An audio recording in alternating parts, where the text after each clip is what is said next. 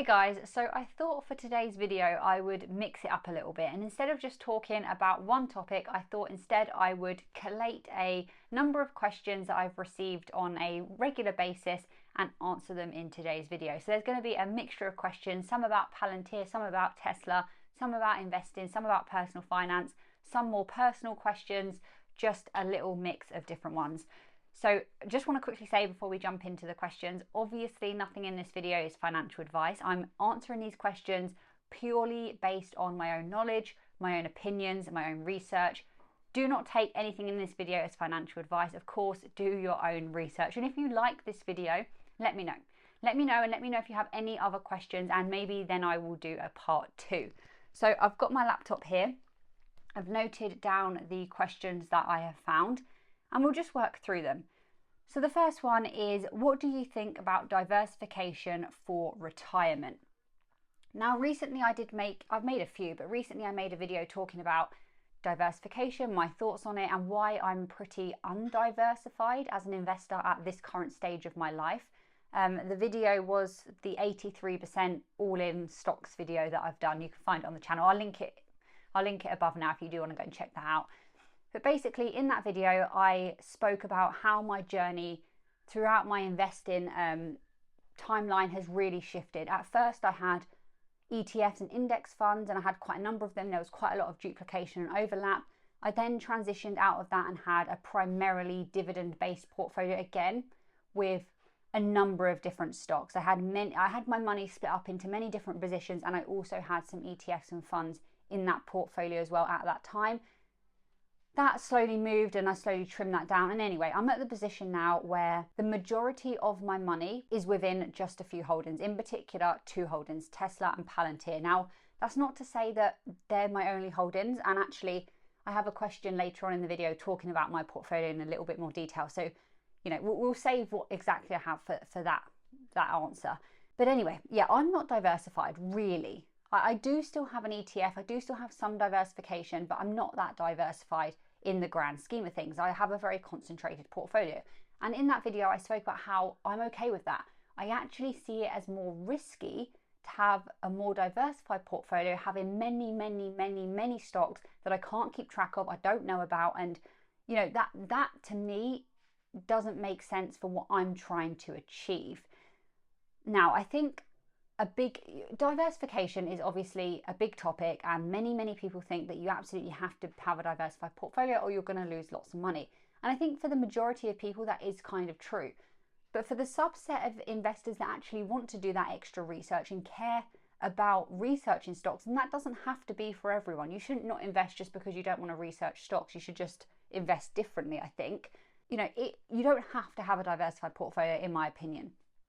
But this is so subjective because there's not just a one way that fits all. It's really dependent on a number of factors. Your age, how much money you have to invest, your lifestyle, your risk tolerance. Do you have any dependents? What are your goals? What's your time horizon? Like at what point do you want to do what with your portfolio? All these questions have to be carefully considered in order to decide actually how much diversification you want. And there's many ways to diversify as well. It's not just how many stocks you have, it's what kind of stocks you have, what sectors they come from, global diversification, asset classes. There's many things that come into it. But I say all this to basically get to this point of, if you are trying to build, and this is just my opinion, I want to say, I have to say that because this is not financial advice. If you want to build your money and you want to actually generate wealth, and you're in that stage of your journey, which is where I am, having a more concentrated portfolio, a less diversified portfolio, to me makes sense. However, once you get closer to retirement and you're in retirement, and this is what this question is all about, diversification during retirement, I think you start moving away from being more concentrated and you actually move into being maybe more diversified, and the type of companies, the type of stocks that you hold is probably going to shift to mimic that as well. And that's because at that stage, you're not trying to generate wealth necessarily anymore. You've done that. You've been there, you've done that. At this later stage where you're trying to, that was Otto, we have a question about him in a bit. At this later stage where you're actually trying to hold on to your wealth, you're trying to preserve it, you're in the wealth preservation phase of your investing journey. At this stage, it's probably not going to make sense to have all of your money in just two stocks that are very heavily growth stocks that are very volatile, that can move up and down, because you need that money to literally sustain your lifestyle. So at that stage, I think it's more natural, it's more common, it makes more sense to actually move your money into something more diversified, maybe even have some bonds, some dividend stocks, some less risky stocks as well. That to me makes sense, because you're needing that money to actually live. You don't want to be seeing your portfolio do this. You're probably more willing to actually have less generation in order to have it more stable. I think that's what I plan to do at that stage anyway, but at the moment I'm not in that. I'm trying to build as much wealth as I can. That's not to say that during retirement, if you're watching this and you're in retirement, you can't have a section of your portfolio that is more stable, more in ETFs, more in bonds, more in dividend stocks, you know, whatever, and then have a little subsection of your portfolio that is allocated towards the Palantirs, the Teslas, the Amazons, the Nvidias of the world. Just, you know, if you're interested, you could absolutely do it like that. But yeah, that's my thoughts on that. Again, doesn't mean that I'm correct, that's just how I'm thinking about it. Okay, the next question is, how many shares do I need? How many shares should I have in order to make some money in the stock market? I actually answered this question because it's an interesting question, and that's why I'm bringing it to this video, because I think I want to answer it in front of more people. Now I'm going to read out my answer. I've said this is a really tough question because there are so many variables to consider. For example, 100 shares of one stock might cost you as an investor $20,000 to actually buy them 100 shares, whilst 100 shares of another stock could cost you just $2,000. The first stock might double in value, and your investment doubles too, while the second stock could 5x, giving you even higher returns. Now, buying 100 shares of Amazon, this is an example, in 2015 and selling it now, today, versus buying 100 shares of Disney in 2015 and selling now, would give you vastly, vastly different results. Extremely different. You can go back and do the maths and it's incredibly different, let me tell you. So instead of thinking about how many shares you need, do I need 100 shares, do I need 200, do I need 500? I think it's more important to consider what shares you're actually buying. 100 shares of stock A could give very, very different results and be incredibly different to 100 shares of stock B. And then I've gone on to say, find good companies and or funds and accumulate the amount of shares that you can afford whilst considering your goals as well. It's really dependent on your personal financial goals and how much risk you're willing to take. For some, doubling their initial investment with 100 shares is exactly what they need, so that's enough. That's as many shares as they need. For others who might be aiming for higher returns or have different financial goals, they may need 300 shares or even more of the same company. So, you know, it's an interesting question to consider, but honestly, I don't think we should be looking at it as to how many shares. It's more dependent on what your goals are, you know, what the actual company that you're buying is likely to do. And we don't know that, but we can, you know, take a good guess. A company like Amazon is probably going to give you higher returns than maybe a more stable, less growthy stock. It's just the way that it works. And also it's, you know, it's going to be dependent on what you're trying to get out of it. If you're someone that wants to get this percentage of return in this short time period, you might need more. I don't know, there's so many factors that come into it. But for me personally, when I'm considering how many shares of Tesla or Palantir or Nvidia or Amazon or whatever other company that I need, at this stage right now, it's honestly just as many as possible. I want to accumulate as many shares of these companies that I plan to hold for a long time, because that is going to give me the best return. Now, we could dive into that a little bit deeper and say, okay, well, you're going to get more shares for your money buying when the stock comes down than you are if it's at an all-time high and things like that. Absolutely, you can consider that. You can feed that into your investment strategy. But ultimately, right now, put really simply, I just want to accumulate as many shares. Now, the next few questions are all kind of very similar. So we've got, is Palantir overvalued? Is Tesla currently overvalued? Is it too late to invest into Palantir? Is it too late to invest into Tesla? So I'm going to sort of group these questions together and just give one blanket answer, because I could make a 20-minute video for each one of these 4 questions, but for the sake of your time, I'll try and keep this quite simple. Is it too late to start accumulating shares of Tesla or Palantir? And are Tesla and Palantir now overvalued?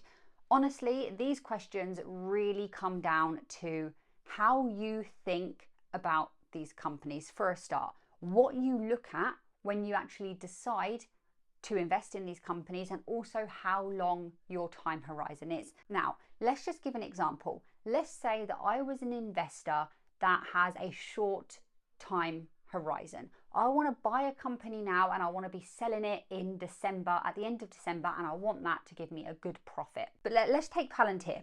Palantir has had a crazy run so far this year. They've had a great 1 year time period. They've had a great year-to-date stock performance. You can go and look at that yourself. Really great. You know, they've done fantastic.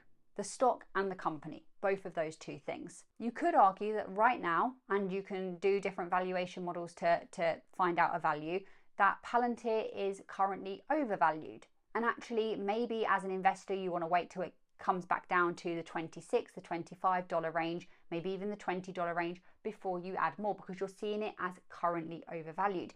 And you know, if you are someone that, like I said, was buying for a short time period, that would play into it quite a lot, I think, because if we think about where we are in the world right now and what's coming up, we're in September.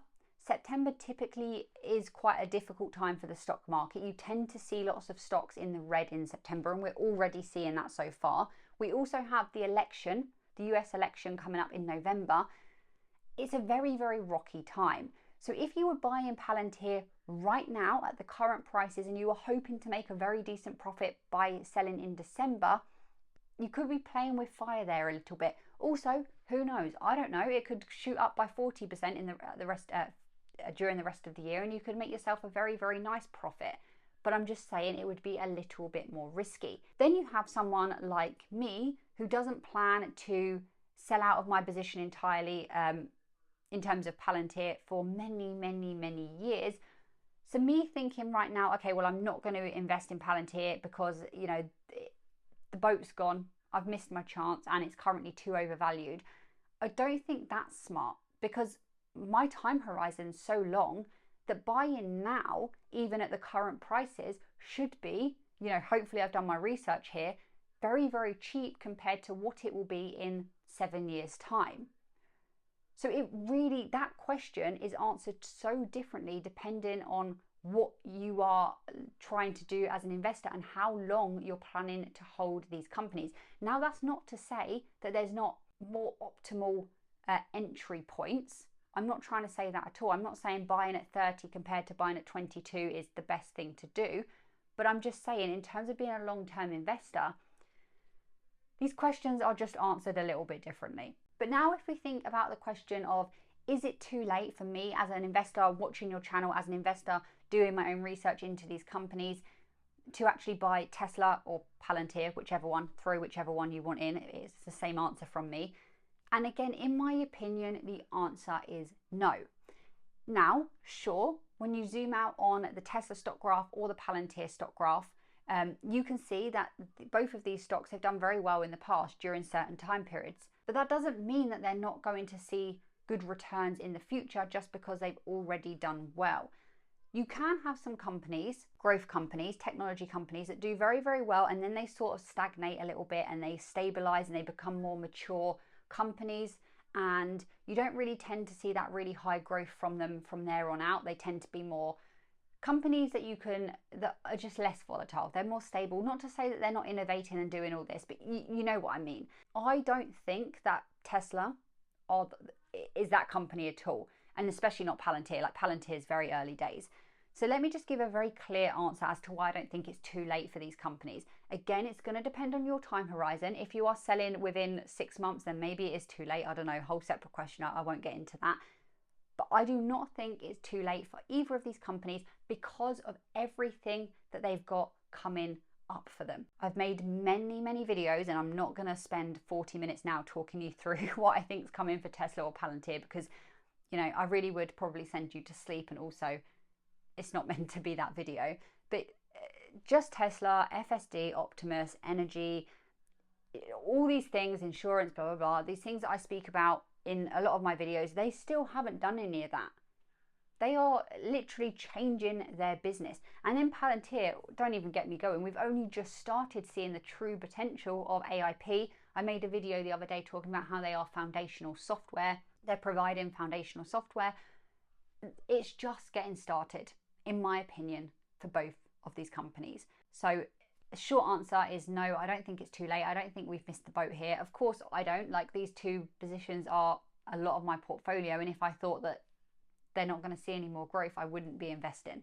This one, these are two separate questions, but they're kind of similar. When will you sell, and what will happen if your Palantir bag gets bigger than your Tesla bag? Will you sell Palantir to rebalance your portfolio? So I think that second part of the question has come from, again, a recent video that I made where I said that I've put way more money into Tesla, yet my Palantir position by percentage of my portfolio is now equal weighting to my Tesla position. And that's just down to the Tesla stock performance versus the Palantir stock performance recently. Palantir has been doing extremely well and been going like this. Tesla, not so much. So right now, in terms of rebalancing my portfolio and what percentage I have of each stock in my portfolio, I'm not paying too much attention at this current time, just because right now the only thing I'm heavily focused on is accumulating as many shares as I possibly can of my positions that I want, that I have strong conviction for. Sure, I could take some profit off Palantir, and I've considered it. It makes sense for a lot of people, I think. It's done very, very well. I'm up by a good percentage on Palantir. It's my best performing position, I think, in my entire portfolio. I could definitely take some profit, and I could hold that money in cash in my portfolio and wait for a more optimal entry point. That makes sense. I could absolutely do that. I could also just leave it alone and keep adding more shares, dollar cost averaging in, holding a little bit of cash aside so that if the stock drops significantly, I could add maybe more substantially than I perhaps would have in my normal investing strategy, my dollar cost averaging strategy. I could also do that. So yeah, I'm not too bothered, honestly, about taking profit right now from any of my positions. I'm happy with where they're at. I'm going to keep adding to them. Again, this comes down to my goals and my time horizon. If I was needing the money now, I would definitely be taking profit. If I were to be retiring soon or trying to reach a certain goal by a more shorter time frame, again, I would probably be looking to take some money off the table. And then just in terms of selling in general, again, I've got a very long time horizon, but that doesn't mean to say that I won't take profit during that course. I will take profit at certain stages, at certain percentage gains and blah, blah, blah.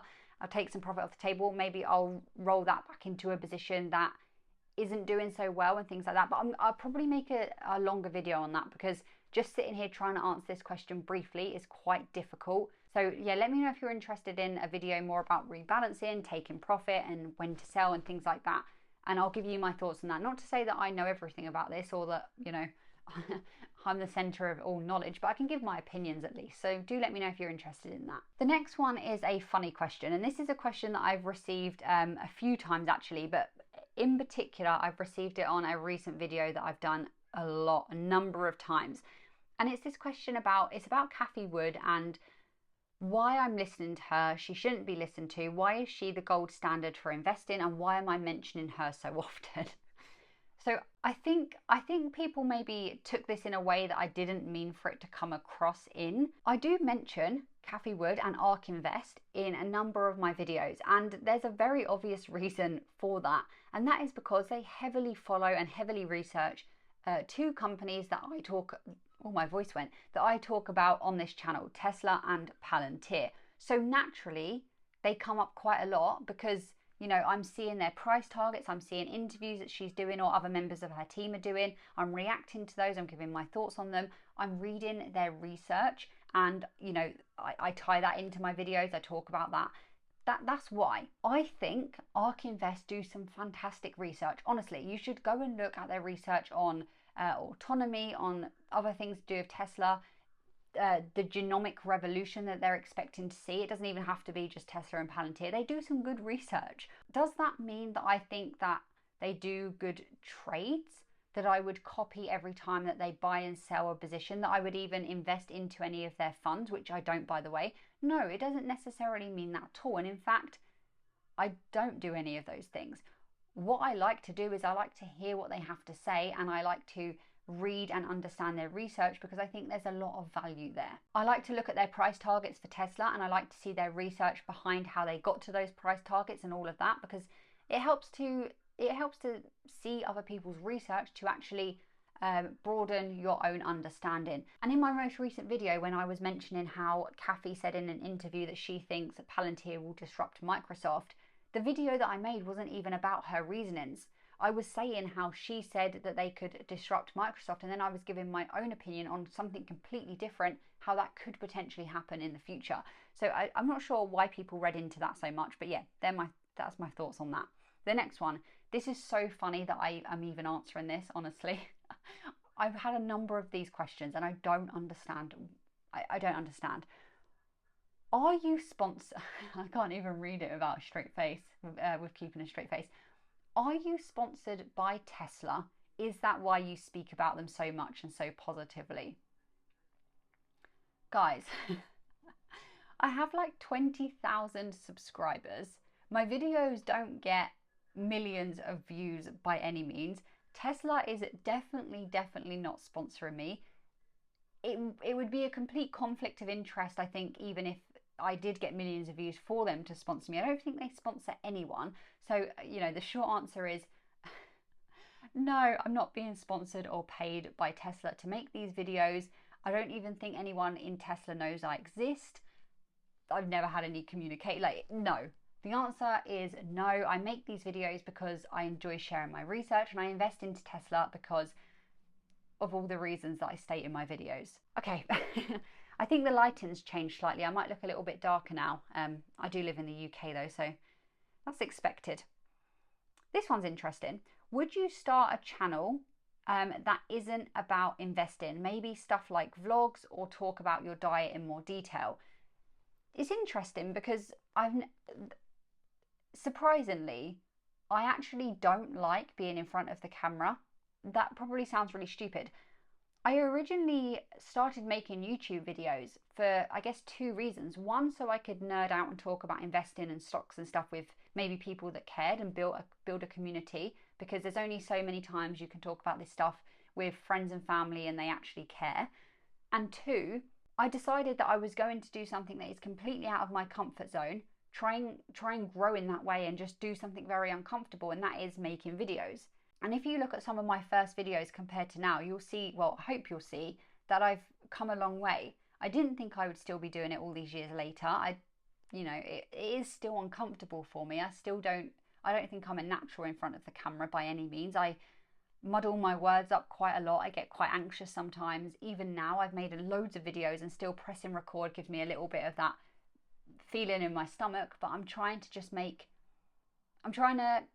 do something uncomfortable, and hopefully you guys like these videos, and I like talking about this stuff anyway.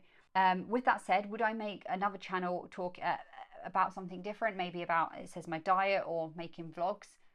I mean, never say never. I suppose I would if it was something that people actually cared about and was interested in. I've not really considered it. I mean, let me know if you would want to even see some other stuff. Maybe I would. I don't know. I can't imagine me doing vlogs would be very interesting, honestly. I wouldn't mind speaking about maybe my diet and other things in my life like that. I don't know. Let me know what you think about that. This question, do you sleep well at night, or how do you sleep with a portfolio like yours? Surprisingly, I never think about it when I'm sleeping.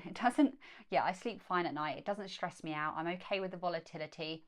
I understand for some people that it would give them a lot of anxiety having a portfolio so heavily concentrated in stocks that are quite volatile. I get that. I think I've just trained my mind that I just don't care anymore. Like I'm so detached from that money now, and I know that I'm leaving it for a long time, and I know how much research I've done in these companies. I research them every day. You know, I have such strong conviction that I'm just, for me, I'm buying a bit of these businesses, and that's fantastic. I'm not really worried about the day-to-day activity of the stock. I'm in this for the long term. So yeah, I sleep absolutely fine at night. The next one is about my portfolio allocation right now. Annoyingly, I'm actually recording this video with my phone, and I need that to tell you my portfolio allocation.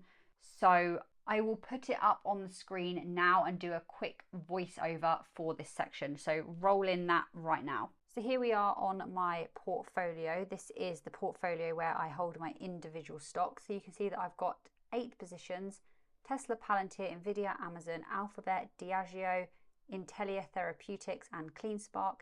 And you can see the allocation here right now. Now this is the allocation that takes into account not only how much I have put in, but also how the position has actually performed. So Tesla, 41.46%. Palantir, pretty much the same, 41.38%. So straight away you can see that just those 2 positions are pretty much the majority, well they are the majority, but they're pretty much my entire portfolio at this stage. Like I said, I put way more into Tesla, just Palantir is now matching as a percentage allocation because of how well it has been doing compared to Tesla. I also have 6.75% Nvidia. Now if we did this video last week, that would be more like 7.5, Amazon 5.55, Alphabet 2.72, Diageo 1.1, Intellia not even 1%, and CleanSpark not even 1%. Now I could make a whole separate video on my plans with this, but basically I don't really see a point in having some of these really small positions. They're not really doing anything for me. In terms of Diageo, I'm looking to sell. I'm just waiting until it's in a better position, because right now I'm down on this one because it's been doing so poorly. It doesn't mean that I don't think it's a good position for other investors. I personally am going to remove it though. CleanSpark, been very, very open about this. This is very short term. This will be gone at some point again when it hits a certain percentage and I take the profit. We'll keep adding to Tesla, Palantir, Nvidia and Amazon for sure though. On top of this, I should also say that I do have VUSA and S&P 500 ETF in a different account. I have quite a substantial amount in there, I would say, not loads, but I just reinvest the dividends now. I don't necessarily add new money to it, or I haven't been, I should say. And then I have a crypto portfolio as well, but we don't need to get into that. Okay, we're back. For me, that was literally like 1 second, but for you, hopefully you've just seen my portfolio allocation and I've maybe spoken you through that. I hope I remember to do that. The next question is, will Palantir get added to the S&P 500? Quite a specific question actually. And I think this one's being asked because it's Friday this week, so Friday the 6th of September, in just a couple of days' time, we hear the announcement as to which companies get added to the S&P 500, and then the actual additions of those companies to the index takes place on the 20th of September, I think. So I don't know, is the short answer to that. No one knows. There are a number of good companies that are up for inclusion, and any of those companies could get added over Palantir. Now, Palantir does have a good chance. They meet all the eligibility criteria and they have done for a while now. So, if the committee decide that it's Palantir's time for whatever reason, then great. That comes with a lot of benefits, a lot of recognition. We should probably see short term anyway, the stock price go up. Again, no one knows what's going to happen. But if they don't decide that it's Palantir's time and they select other companies over Palantir to get added this time around, doesn't matter. It really doesn't matter. The rebalancing happens often. It happens quarterly. We'll just wait for the next one, and it's just a matter of time now. It's not an if, it's just a when. I think 3 other companies that are up for inclusion alongside Palantir include Workday, Trade Desk and Dell. Now Palantir is obviously our common interest if you're watching this, most likely, and you'll probably have strong conviction for this company and you'll be thinking, well, Palantir should absolutely get added to the S&P 500 index over these other companies. They're better on this, this and this and this.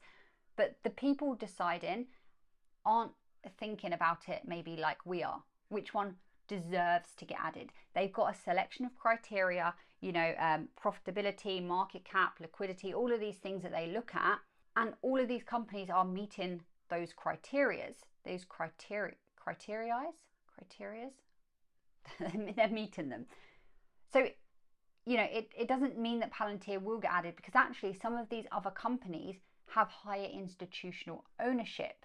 For example, they are bringing in, they're seeing higher revenue growth. So maybe there's some other reasons as to why Workday, Trade Desk, Dell's a massive name, of course, will get added over Palantir. Regardless of if Palantir get in this time round, next time round, in 3 times around, whatever, when it does happen, it will be a massive milestone. It will bring institutional money in, institutional ownership will go up. It's a massive, massive stamp of recognition.